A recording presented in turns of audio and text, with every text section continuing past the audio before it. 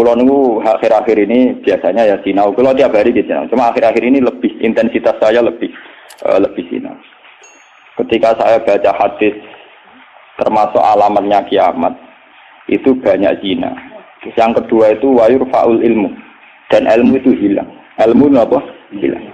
Ini kalau baca itu di Bukhari di Muslim itu nangis sejadi-jadi. Kalau ngereling hadis itu nangis dan saya takut anak-anak saya nanti, anak cucu kita nanti akan mengalami masa kebodohan masalah. Kebodohan masalah misalnya gini ya, nanti kalau ulama gak cerewet kados kula, ndak mau ngomong hukum, itu nanti wong kuwolak-walik. Jadi misalnya begini, ini saya ngomong di mana-mana, terutama sama santri-santri saya ngomong di mana-mana. Dalam kasus maksiat itu ya ada etika. Misalnya orang yang di niklab atau orang yang misalnya yang order orang nakal, itu juga ada aturannya. Misalnya Rukin daftar dulu, ya Rukin yang dapat dulu. Setelah itu Mustafa, setelah itu Mas Tri. Nanti yang gelem antri, namanya anak baik.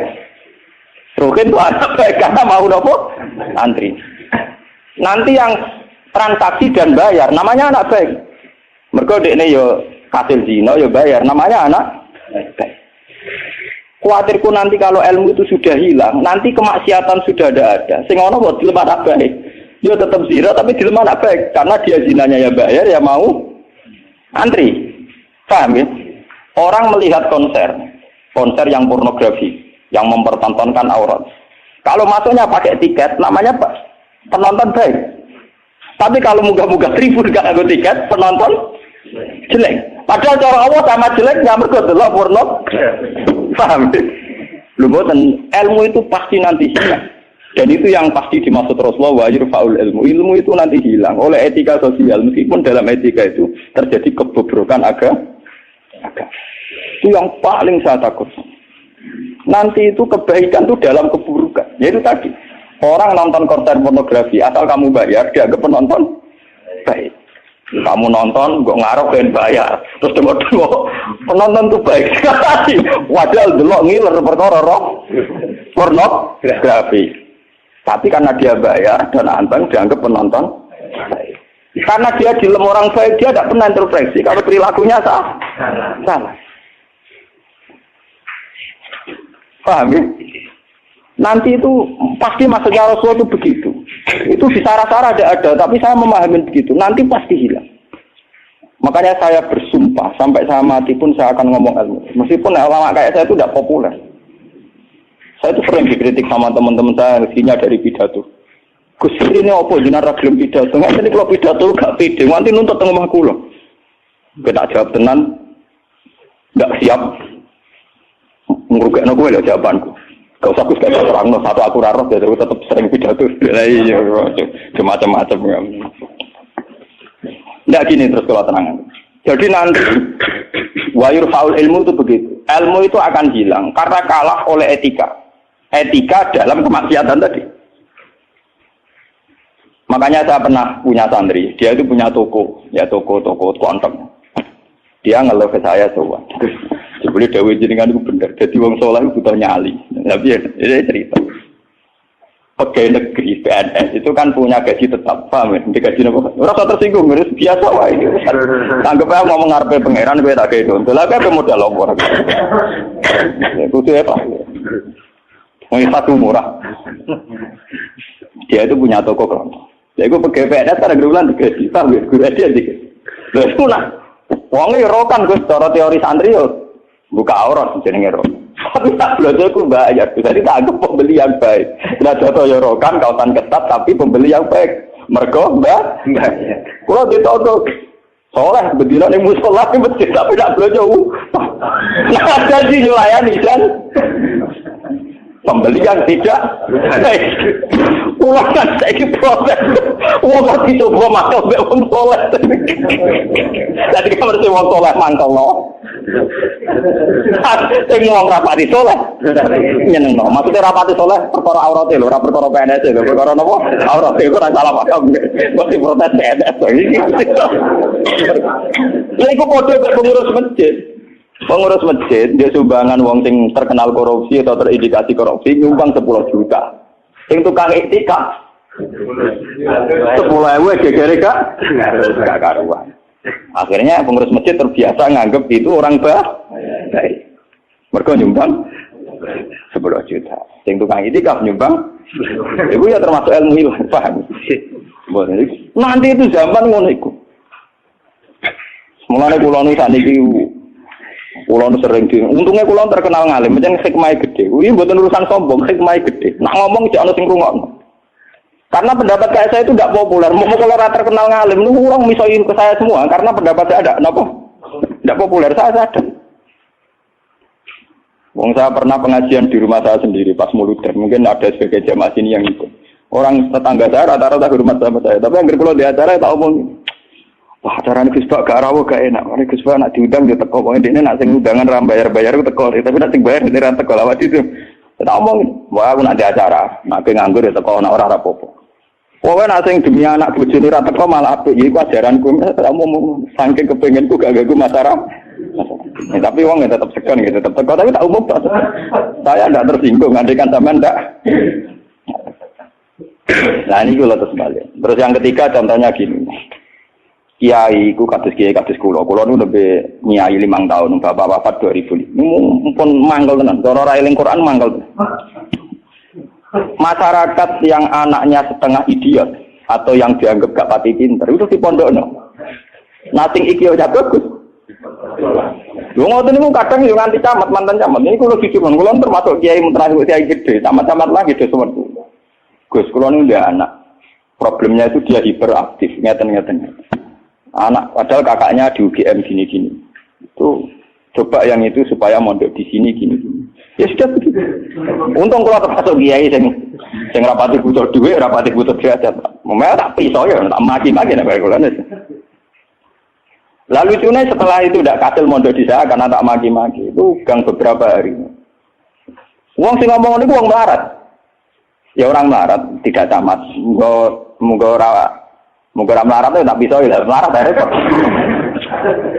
Ya sih. Anak yang baik karena dapat prestasi di sekolah umum, yang tidak baik di pondok. Wah nyorok Gusti kula saiki. Wingi wong sugih kula tidak bisa ilang ini terus budi. Kan etika keulamaan kan bisa umpara tuh ora oleh. Nah Gus oleh. Jadi nak misoi ora oleh. Nak Gus napa? Yo beda kan misoi napa? Jadi ono. Setelah itu yang menyelamatkan hati saya itu satu, yaitu tadi. Kenapa di Al-Qur'an diulang-ulang innalladzina amanu wa amilus sholihat. Jadi sebetulnya begini, ini yang peringatan ya bagi teman-teman yang mungkin di sini ada PNS, ada orang-orang yang biasa punya selera elit. Cobalah Quran ini dihidup-hidupkan lagi, amanu wa amilus sholihat. Dalam teori Quran pokoknya yang baik itu ngamal soleh. Jadi misalnya saya sebagai orang alim di Pondok Ruhin, dia sudah misalnya idiot, melarat, aneh-aneh. Di Pondok Mastri misalnya, terus melarat, aneh-aneh. Pondok Mustafa, melarat, gak pahaman misalnya. Kalau dalam teori pendidikan modern, di mana butuh bibit unggulan, ini itu nggak masuk semua. Karena sudah ada bayar, idiot, ngawur, aneh-aneh gitu. Itu kan repot. Wah, itu kan repot. Jadi kamane santri kok Mustafa yang tenang, wes rata salam template lah kok kiai ini ratulat kopiah, kiai ratulat apa? Kopiah. Gerembang deh, mesti gak terima deh. Napa? Dua kiai kok ratulat apa? Kopiah. Misalnya tak turuti surat kopiah, kok rapat dia? Wah, dia karpe kiai gue ideal. Ngaku karpe dhewe. Padahal kiai ini kesusu rabadia kopi apa gak pernah mergawe ngurusi dekne terus kelaparan. Nah ini contoh. Nanti suatu saat ada era sekarang juga mulai. Sekolahan yang hebat adalah sekolahan yang luar biasa dengan makna santrinya IQ-nya bagus. Siswanya IQ-nya apa? Bagus. Pola sosialnya bagus. Pembayarannya nomor penting gini Bu. Pembayarannya apa?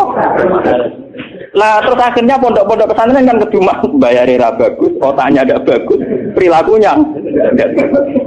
Lu mau aku ora disangoni pangeran, wa amilus sholihat. Ngurmat ruhin wa amilus sholihat. Ngurmat Mustafa ya amilus wis ora urip, wis ora dadi wong. Tapi karena saya punya semangat sarane Quran yang penting aku amilus, ya sudah, Allah menitipkan ngamal saya lewat ngurmat mastri, lewat ngurmat ruhin. Ya sudah selesai. Masalahnya terus nopo?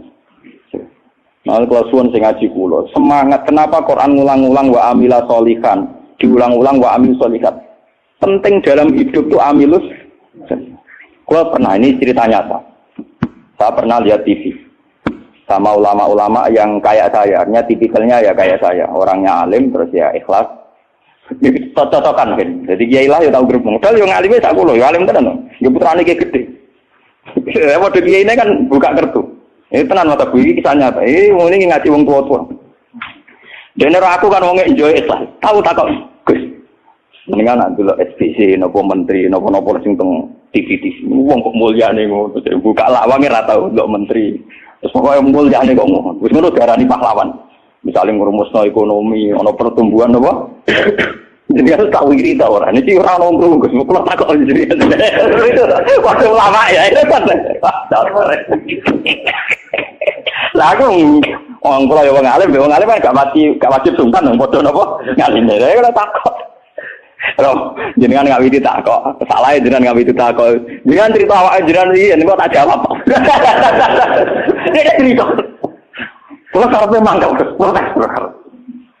kulo sing wis ikhlas istiqomah mulang masyarakat ra ono sing hormati. Kulo wis digaji. Gajine presiden yo dhuwur, gajine menteri yo dhuwur, gajine bupati. Nak ngamal darani ngamale Dik. Ini padahal tugase. Ngamal tenan nak kita, kedur ora ono sing tapi ora ono wiji. Wah, awak buka dhewe tak mlebu mobil. Tak rusak yo dadakno. Wong bupati rusak kok sing dadakno. Tanduk harus gawano. Kene mobil lah rusak ku tukang rusak. Cerita dari protes gimana be? Kenyataan ini nopo? Terus bareng dekne cerita. Lewat iki jenazah, jenazah di mantau. Karena latar belakang saya kan kayak koran, saya tuh tidak pernah punya perasaan cemburu dia. Artinya saya lebih terbiasa ikhlas kan. Orang pun rangno, aku muni ikhlas kan lebih baik dibanding dia kan ora etis loh. Ana wong. Lha boten iki kanyata bener sampean mangkel dadi kiai bener. Ana kira dadi kiai urip nara bate buat kiai wis moden ae. Akhirnya kalau saya itu ya ada orang sempurna. Cuma kalau sakit ngobati awak kulo piambak bisa. Seperti itu kalau kulon mulai alit sebagai orang mukmin itu pangeran kulon itu Allah Subhanahu wa taala hubungane opo. Ya kalau pangeran kula Allah, paribatane kula niku nulung semut sing kebulet, utawa nulung anake pitik sing kebulet teng jero pawon sing gak ana wong. Niku kula ngrasa ibadah. Mergo ngamal kula dibiji Gusti Allah. Ana wong melarat gak iso mangan. Terus kula kei dhuwit 5.000 kelar mangan. Niku kula nggih ngrasa ibadah, mergo sing biji kula Allah lan Kalau mereka yang ngisi kan wartawan. Saya ini seorang mukmin, yang Tuhan saya itu Allah, bukan wartawan. Ini kan, kok cocok ke keluarga ini kepengen ngobati ngoten. Tapi kalah memang kulo. Kalah memang. Enggak artinya, kenapa kiai-kiai itu bangga dengan amal-amal yang kecil, kadang mengekei santri melarat, rantok wesel, kadang ngekei iman. Itu karena iman sama aturan dasar fama ya'mal mithqala dzarratin khairan yarah wa ma ya'mal mithqala dzarratin syarran yarah. Sekecil apapun Anda amal dinilai Allah. Ini penting kalau aturaken. Nanti ada wilabatul jahli, ada kebodohan napa masal di mana orang yang rapat tentang ketahanan pangan karena dihadiri menteri dan tetap-tetapnya. Orang itu dianggap berprestasi karena mempertahankan pangan, kuota pangan cukup, bulog cukup. Padahal hakikat yang mempertahankan pangan itu siapa coba kalau per individu? Ada tukang becak miskin. Dia hari itu tidak bisa makan. Ditolong sama tukang becak diutangi 20.000. Anak istrinya jadi apa? Makan. Dan di mata Allah yang menjaga nyawa tukang becak ini adalah temannya tukang, bukan pejabat-pejabat yang rapat di hotel berbintang. Meskipun saya ngakui fungsi mereka, tapi kalau saya disuruh ngakui fungsi mereka juga harus ngakui fungsi sosial yang dilakukan Saya pernah juga diperut, apa jenengan ada anggur fungsi menteri. Lho aku ge ngakoni kono kudu ngakoni adil, ora aku ngakoni kono ora, lha bangkune. Kok penak? Kalau sama-sama kita beretika, kalau saya ngakui fungsi mereka juga harus ngakui fungsi kita. Makanya saya itu kalau melihat petani di sawah, dan itu sebagian anak-anaknya mondok di saya. Itu kalau saya nyeritani ngoten. Pak, Yang rapat-rapat ketahanan pangan di hotel-hotel itu hanya rapat ketahanan pangan. Sampai sebagai petani yang tulen, itu yang hakikat mewujudkan pangan. Sampai jangan kecil hati. Saya dan di mata Allah Andalah yang mempertahankan pangan. Karena Anda belum jadi petani. Jadi itu banyak santri-santri wali murid yang bangga dengan saya. Wah, nak ngono berarti kula wong top, iya wong top padha mbek menteri pertanian. Ya kalau menteri kan lapornya sama presiden. Kalau sampean tak latih laporannya mbek Allah Subhanahu. Lah ini khasnya ulama. Lah saya nanti takut tadi yurfaul ilmu. Nanti itu kalau sudah ada ulama yang kecangkeman kayak saya, nanti yurfaul ilmu. Ilmu itu hilang sehingga yang dianggap prestasi ketahanan pangan misalnya ya menteri pangan sama pejabat bu. Saya ngakui mereka berjasa, tapi kalaupun mereka berjasa kan digaji ya. Nah, itu kan digaji tuh. Paham ya? Nah ini kembali ke Quran tadi. Makanya saya tetap bangga dengan Quran. Quran itu spiritnya spirit ngamal. Amilus solihat. Sama ya'mal wetkolam kerotin khairai. Nah kemudian memang ilmu ini kelihatan biasa saja. Karena ya nggak ada yang menjelaskan. Makanya kalau syukur jenengan gelem ngrungokno ngaji Quran. Saya tidak bangga karena sampai ngaji saya enggak. Biar orang itu bangga lagi dengan teori-teori Quran dan biasa transaksi di Allah Subhanahu wa taala. Seperti saya ngaji di sini. Saya ini termasuk terkenal pintar. Beberapa kali saya diminta jadi dosen di universitas terkenal dan itu berkali-kali. Saya sampai sekarang belum pernah bilang iya dan itu Allah tahu niat saya.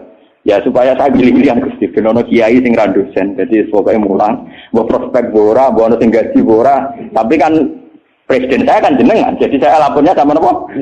Nah, misalnya pengiran kemarin aku marah terus nganti mati, marah terus nak dirasakan non agak dirasakan kan juga. Jadi saya sampai sekarang itu mulai dulu saya mondok itu ya marah, tapi nggak tahu kalau rasanya marah. Nanti saya ini cara ukuran kiai selevel saya ini marah, karena yang alim saya yang lebih kaya banyak sekali. Kamane ilmune mek kula kasih akeh, tapi nak dunyane akeh dene pirang-pirang. Ya kowe dhewe pidato plang-plang, pokoke dene pantangane pidatone gak watanku dene. Wis pantangan tenan ora diundang. Upar kowe disane Gus Bak nggih tak desa napa wah ora sigo. Ben kualat. Dosa jaga wilayah wong alim napa? Dosa. Dolem, ngomong tangga-tangga gue tak didik apik gelem ngaji sing biasa kok dididik apa? Ngaji sing bermewah napa? Oh, kan kualat napa? Jadi ini penting kalau terangkan. Termasuk yurfaul ilmu itu guys. Nanti kalau per individu, termasuk mahasiswa, termasuk santri yang biasa lihat TV. Kalau per individu hanya mengapresiasi pejabat-pejabat misalnya ketahanan pangan daripada mengapresiasi tonggone sing ngutangi dan itu menjaga nopo itu akan bahaya bagi kelangsungan iman ya karena orang tidak biasa transaksi dengan Allah Subhanahu wa taala. Padahal dalam kitab-kitab diterangkan betapa banyak orang jadi wali hanya berdasar ngeke keimanan wong siji wong loro tanpa rapat-rapat yang disorot media nopo. Sama ndak ceritane saya pernah cerita di sini. Ana wong Majusi iku sugih ra karuan wis sugih raja udah anak wayu. Wah, bareng dia anak ayu karena dia maju tidak beragama mikir. Dia bocah ayu ngene kok tak tokno rugen pintu tapi wong cilik tak rumah aku kok gede-gede dirasakno. Rugen. Mikir. Walhasil dia mutusno dirabi dhewe, napa? Dirabi. Karena dia maju. Bareng malam pengantin, tiap apa ngeloni niku ditotok dia. Tok. Cuma tuh bedane. Ono wong ganggu bulan madu kan mangkel. Ono apa? Kulo niku gak situ, balik meneh. Coba uplek. Terus apa? Lampu cilik lho. Cender apa? Cender sama don gue edan ya. Ya, cender. Oh, cender cara bahasa Rembang lho. Apa liane cender? Oh. Cender kalau cender. Tapi mirip. Tak salah ucap repot. Ublek orang nyerempet kok keteringan kelapatan cender. Aku kan rawani bakat tak cender. Pasti kena. Ublek netral. Agar diparani melaju itu sampai 3 kali. Sekarang 3 kali ngerti parani itu sih diparani kan tidak omah. Ternyata dia itu seorang janda sing anaknya do kelaparan. Anaknya kelaparan ditanya, kenapa kamu ke rumah saya nak tak kerja kok melayu? Terus dia cerita, Pak Majusi, saya ini punya anak kelaparan semua, ingin makan. Kalau saya ingat anak saya, mau memaksakan minta jenengan, karena jenengan yang punya makan. Tapi kalau saya ingat jenengan Majusi dan saya seorang mukminah, niat itu saya urungkan. Betapa saya tidak ingin menjual iman saya. Terus, entah ini kena dari si Majusi tadi. Ini mangan gandum, pokoknya segala yang diperlukan janda itu dan anaknya diambilkan terus diterus, dipikul dia. Terus dia seorang raja, diterus. Padahal dia niatnya beraga gudin. Buatan ini cerita iman nih. Biar sampean biasa transaksi oleh Allah Subhanahu wa Ta'ala. Nanti nilainya nanti saya akan satu. Biar sampean biasa transaksi oleh Allah Subhanahu wa Ta'ala. Terus dikasih. Nah cerita itu terbongkar. Itu justru karena antar wali. Jadi ada seorang wali. Dia ngipi di Ka'bah. Dia zaman dulu itu masih mungkin orang tidur di seputar matok dan tawaf. Dia seorang wali abdal. Dia tidur bersama Rasulullah. Hei fulan. Hei wali fulan, saya titip salam pada orang itu. Ternyata orang itu yang disifati Nabi itu orang Majusi yang di kampung terkenal paling arogan. Mereka ngerabi anaknya. Ketika dia tahu bahwa Majusi yang dititipi salam Rasulullah itu begitu, dia mengurungkan niat. Mau Rasulullah salah alamat, salah kirim salam. Itu kan nggak mungkin. Masa Rasulullah salah kirim apa? Salam. Itu apa takokno rapotnya elek kabeh. Iku wong Majusi sing saking kurang ajar yang ngerabi anak. Akhirnya dia memaksakan konfirmasi. Mau Majusi ini diparah. Ya Majusi, saya ini tanya tangga-tangga Anda. Tidak ada yang cerita bahwa ada orang benar. Tapi aku ini gue salamnya sama Rasul. Pasti kamu punya perilaku yang spesial, yang hebat. Majusi langsung iman. Asyhadu an la ilaha illallah wa anna Muhammadur Rasulullah. Nabimu banyak nabi benar. Perilaku saya tadi malam tidak seorang pun yang cerita. Waktu iman, dia langsung ngeloni anak, dia langsung nopo. Padahal nggak disorot media massa dan itu perilaku perso. Begitu juga di kitab-kitab ada cerita seorang lonte, seorang WTX. Dia setelah melakukan aksi kelonteannya pulang. Ngerti asu dilat-dilat ning tanah, dia menafsirkan itu pasti kehausan. Kalau bolak-balik cerita tentang mereka dan itu ada di hadis sahih, karena lonte gak priayi. Malah mbok santri ora iso, lonte kelebihannya kan gak napa. Ya, iku dene nganggo sepatu putih medun ning sumur. Terus dicokot. Setelah ngambil air dicokot sepatu bootnya karena tangannya dua digo ngeranggah-ngeranggah munggah. Ya mau mergo ora priyayi iso wae kan mergo napa? Gak priyayi. Orang priyayi kan gak kebayang. Orang priyayi jarian dia oleh munggah-munggah. Lalu ini cerita tentang hadis sahih. Setelah diminumkan anjing itu, Allah syukur sekali karena ada makhluknya yang diselamatkan si lonte itu. Dan diparingi tobat jadi orang. Lu apa susahnya sih kayak jenengan saya, Mas Tri, Ruben semua. Coba kita ini kan sering menyelamatkan nyawa. Paling tidak anak kita kelaparan kita berikan susu. Istri kita kelaparan kita berikan nasi. Kita ini berkali-kali menyelamatkan nyawa. Tapi kita tidak pernah bangga. Karena kita nunggu bangga kalau kayak menteri, kayak presiden. Lalu iman kamu di mana? Lalu posisinya Allah yang nilai kamu? Kita ini mukmin yang geblek, paham? Mukmin yang bodoh. Malah nek TV juga keseringan. Bener cocokan kula bagi ini cerita cocokan antar wong alim. Niku mboten enten tiyang kok. Namung kula bagi mau cara tak critakno ya mangkel, tapi kan tak sebut jenenge. Tapi dene tetep ngakoni. Mati man kejenengan ngalim mencen atine jenengan apik obat niku. Suwe ana atiku apik maksudnya. Dia baru sadar. Ya makanya saya ini kalau baca wahyu tadi termasuk wahyu faul. Orang yang kadang bergelar-gelar yang hebat. Kadang masih melakukan kebodohan dalam imannya, yaitu nganggap prestasi yang kayak presiden, kayak menteri. Sementara penyelamat-penyelamat nyawa yang lewat aksi-aksi personal tidak gini. Quran itu dawuh Allah Subhanahu wa Ta'ala. Allah sing duwe langit, duwe bumi, wae ngangge tarif miskola dzarrah. Tarife pangeran mau miskola sekecil apapun amal Anda, sak miskola tetap tak hitung jare. Kenapa kita manusia sombong? Ngitung amal tuh yang disorot.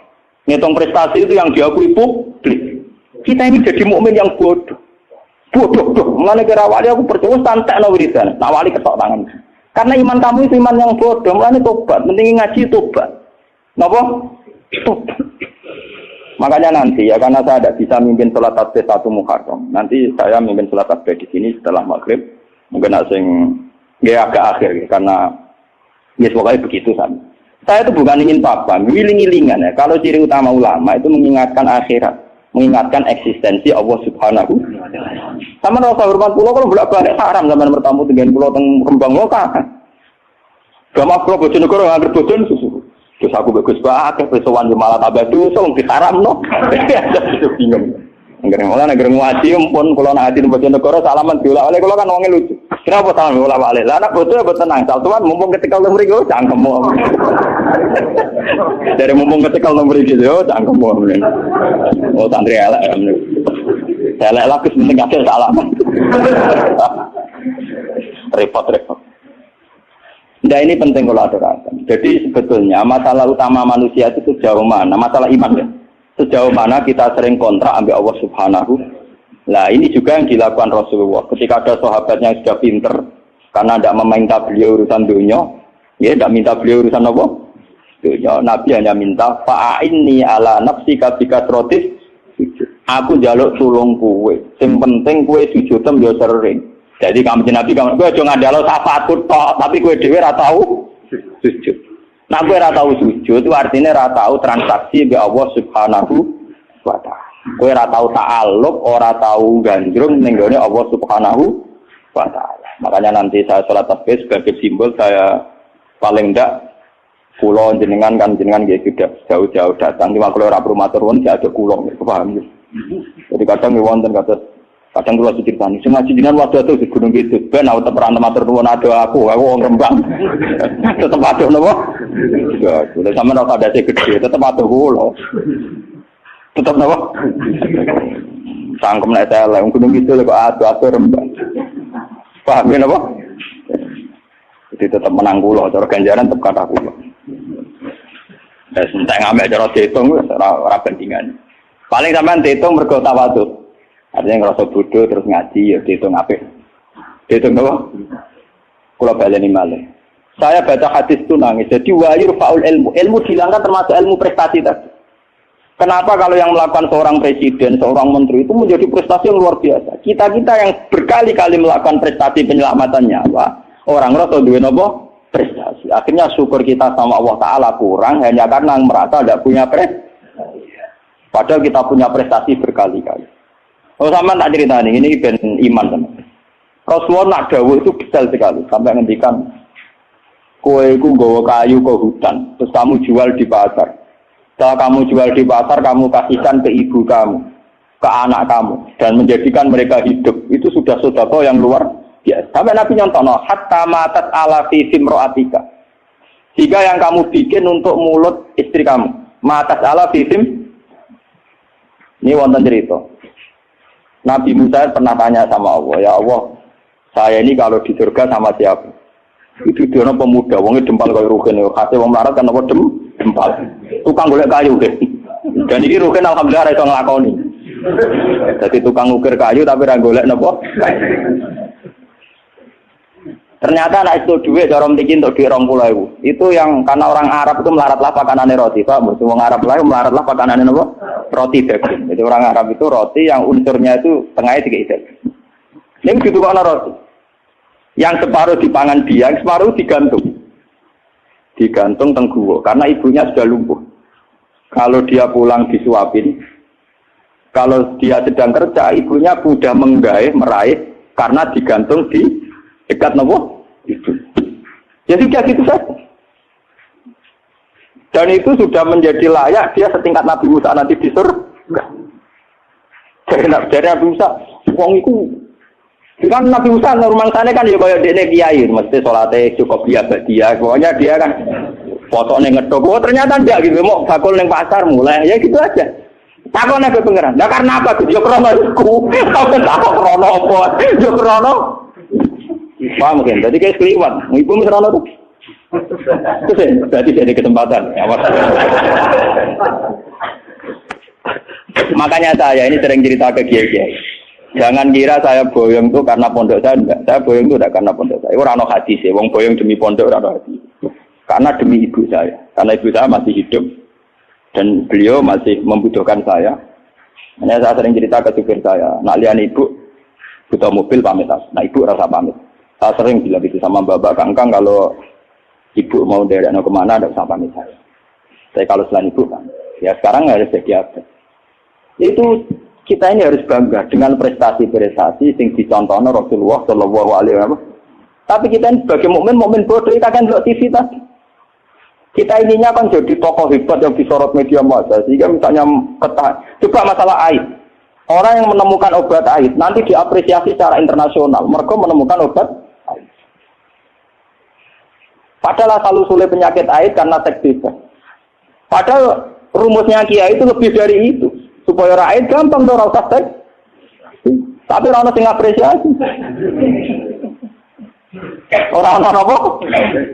Maksudnya ngomong ya zina ya selamat. Kita ini nasibnya sih nak nuruti pengakuan publik, nasib kita sih iya.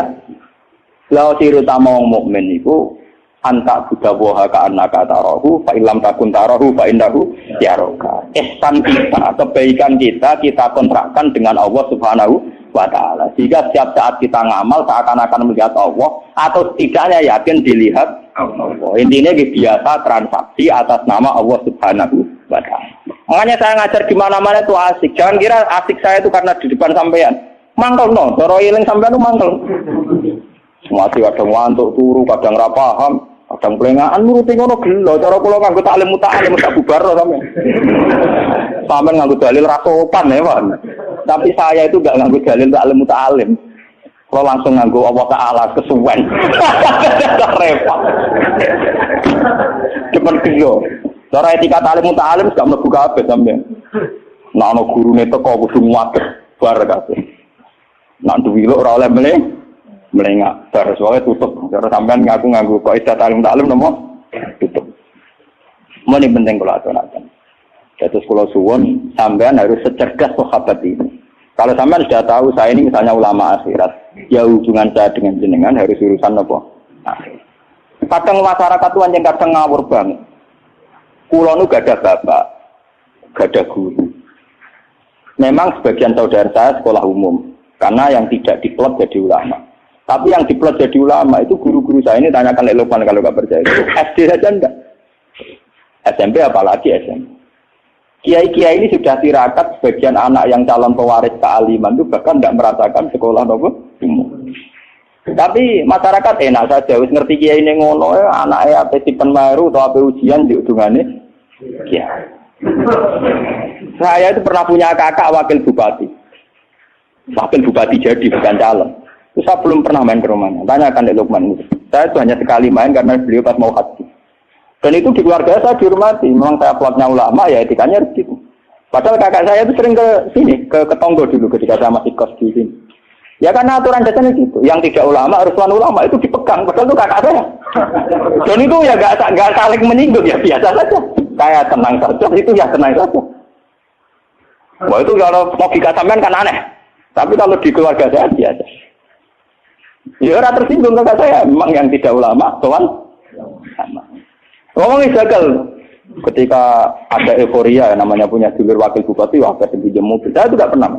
Zaman itu saya miskin sekali ya. Kalau kesini yang bis ya biasa nyetop kosa, nyetop angkot di jalan. Gus gak nyilem mobil kakak, cangkem ulama buat itu mak kayak kue. Saya emang cangkem saya, memang masyarakat biar tahu ulama udah gede kayak kue kok ini. Ya logika mereka kalau tidak pinjam mobil kakaknya wakil bupati ke Umbat. Cangkem ulama pada anak kue. Akhirnya mau sadar. Sebenarnya ulama tenang. Jebule gak guyon. Maksudnya mereka sadar. Nah aku ragu guyon. Guyon dia semua tak tirakati tenang. Saya itu mangkel kadang. Ya itu tadi. Saya ini kan sudah begini. Potongan saya kan potongan kuno-kuno. Lu ngoten niku nggih. Ismail sesuatu kula lu kepen dadi wakil bupati sampai kepen dadi bupati kepen opo mesti pirang. Kadang kita omongin, sing mambu wudu kita omongin. Ya lek Pak kula tirakat ngene ora kepen dadi ngene iku malah mbok ndongakno sampe napa? Dadi. Mboten ngoten wis maksud jenengan akhirat wis akhirat kula wong dunya ben ya tapi aja tulung aku meneh kok. Tetep ae. Ini wong badhe wonten tiyang daftar tentara nggih sowan kula. Wong bupati tuan kula mateno. Apa rak pangkel iki ya sopan, artinya dene cek yakin dengan kiai mati dari sisi ini kan sopan. Tapi sisi di duniawi kan enggak. Kula yang kiai jujur tak omong, wong senengane bingung kula, bingung terus. Aku nak ndongakno kowe kuwatir kedurian. Ora ndongakno dari tamu kon ya enggak bingung kok. Tuh tugas sepuro, mereka berene gue bingung aku tak omongin, guys punten ayo capek kan. Kayaknya ini nasib. Coba kalau zaman sahabat tidak begitu. Rasulullah sudah bilang, karena dia sering khidmat, gue jaluk tak turuti. Dia mikir beberapa hari terus dia sadar. Ya dunia gue apa entek, mesti kiamat. Rasulullah orang yang begitu penting yang kersane Allah Subhanahu wis aku rantai urusan dunia. Jaluk wae urusan akhir. Coba kalau antara sampean jajah hubungannya kayak gitu kan seru. Meskipun ya tidak mungkin aku swargane beroke nawar ya ora mungkin iku mukhal. Tapi kan lumayan to paling enggak beda kelas lah kan iso terus lah. Loh karena saya juga tidak mau sekelas dengan guru saya. Aku diomongi wek kanca kula nu. Wes aku kanca kula jogeman oleh teman-teman. Dengan anak swarga war guru jenengan tem sungkan gak enak. Mumpun boten usah Gus, wong oleh biasa wae mengke pancet dek kula kanca ngopi wis mriko. Dadi dekne ora seneng den swarga war kanjeng Nabi war kiai ora seneng. Ning donya wis dilok ning akhirat apa? Gak seneng. Gak bebas napa?